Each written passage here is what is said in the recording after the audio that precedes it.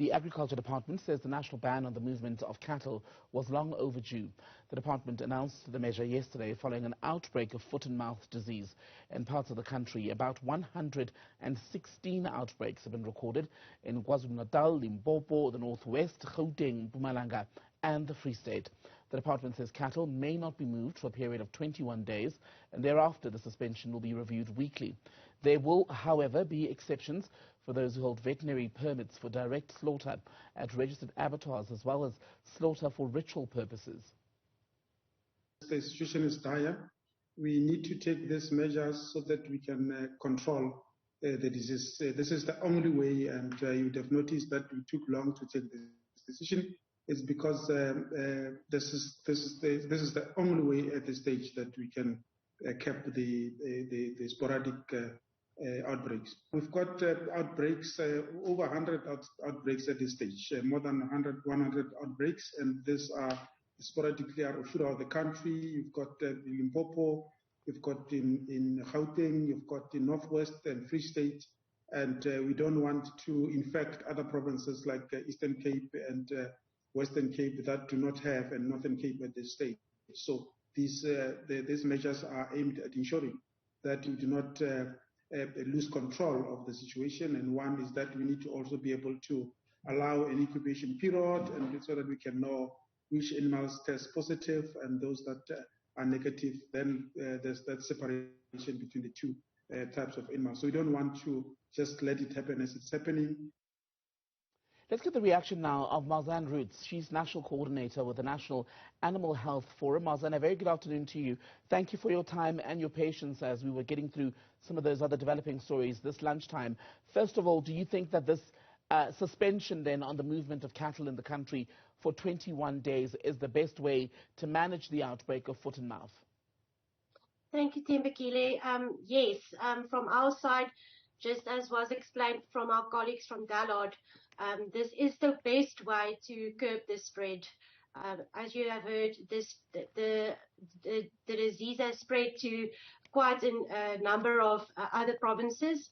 So from our side, we believe that this is going to be the turnaround to get this disease under control. The Agriculture Minister, Tokoti Diza, has described this as the worst outbreak of foot and mouth disease in South Africa. As you say, it's spread now across 6 provinces where there have been confirmed cases. Is it surprising how much it's spread? From our side, yes. Unfortunately, it is something that we did not want to happen ever. We were working really hard to keep the disease in the controlled zones that was in Limpopo, Mpumalanga and KZN. But unfortunately, that is something that was out of our control. I just want to pick up on what you just said about how you've been working hard to make sure it didn't spread beyond the initial 3 provinces. What work was actually being done? What is the best way to prevent a spread of foot and mouth disease? So, Thembekile, from our side, we've got a very good working relationship with Dallard, and specifically the Directorate of Animal Health. The National Director, as you may know, foot and mouth disease is a controlled disease under the government. So the Director Animal Health at the National Department really presses on our button whenever they need any assistance from industry side. So in the last few months, we've actually done a few imbizos to try and ascertain how we're going to strengthen the market opportunities for the animal owners in those control zones. And this would allow for the animal owners to keep their animals inside the control zones instead of moving them out for better market opportunities. So a lot of work has gone into that. Explain, Marzanne, for those of us who aren't in farming or in the veterinary services, why it is that 116 cases or so of foot and mouth disease are so concerning. Why is it such a problem? Thembekile, unfortunately, this is quite a big economic situation in terms of exports. as soon as foot and mouth disease breaks out, our World Organization for Animal Health needs to be informed, and therefore our international trade partners are also informed. So as soon as a foot and mouth disease outbreak occurs, most of our borders are then closed to our international counterparts. So unfortunately, that is the main reason economically wise. But then also because it spreads so widely between animals, this is quite a horrible viral disease that spreads between the cloven-hoofed animals. And just on that point, Marzanne, at the moment we're dealing with cases in cattle, right? Given how quickly it can spread, would what you're saying, the restrictions, for example, at the border, could we see other countries extend them to sheep, pigs as well, perhaps, just as a precaution? Unfortunately, China has closed the border for our wool export, which is also not very good for the wool industry. They have really placed everything in place to get that and to keep that agreement with China open. But unfortunately, a few days ago, that was then closed.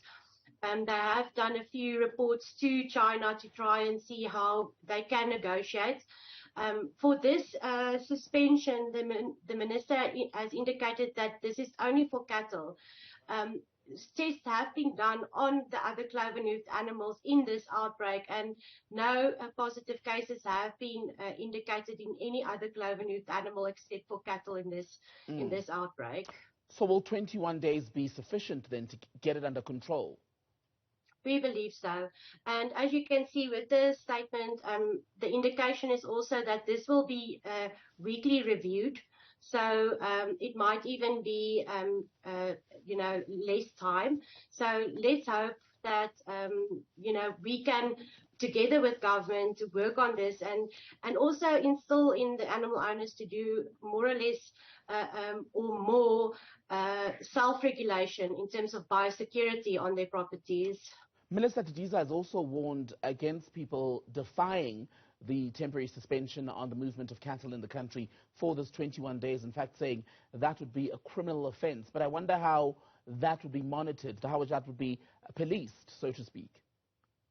Yeah, Temikili, unfortunately, we have not received the government gazette notice yet, but according to the Animal Diseases Act 35 of 1984, this is a contravention of the Act because it's a direct order from her and the National Director. So we have been informed. We had a meeting with the Director General on Tuesday night, and he did inform us that the Department of Defense and the SAPD have been brought to the table to assist regarding having a look at the unlawful movement of cattle. Marzanne Roets, a pleasure to speak to you. Thank you very much. Marzanne is National Coordinator with the National Animal Health Forum.